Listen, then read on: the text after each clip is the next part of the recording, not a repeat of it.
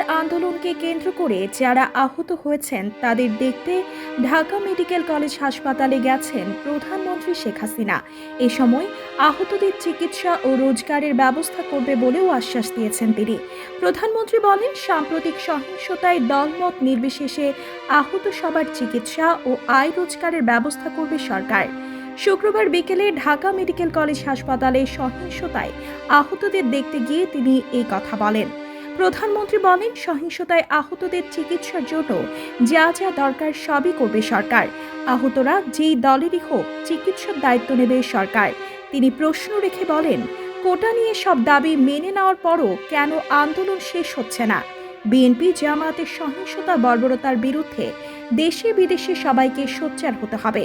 এ সময় প্রধানমন্ত্রী Dhaka medical college হাসপাতালের কয়েকটি ওয়ার্ড ঘুরে আহতদের খোঁজখবর নেন।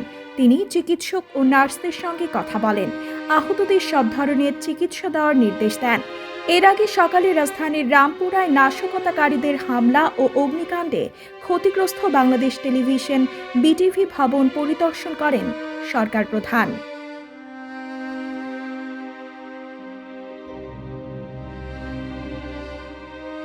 প্রিয় দর্শক, আজকের মতো এ পর্যন্ত। সবার আগে সকল খবর পেতে ভিজিট করুন নিউজ টিভি বাংলা ওয়েবসাইট।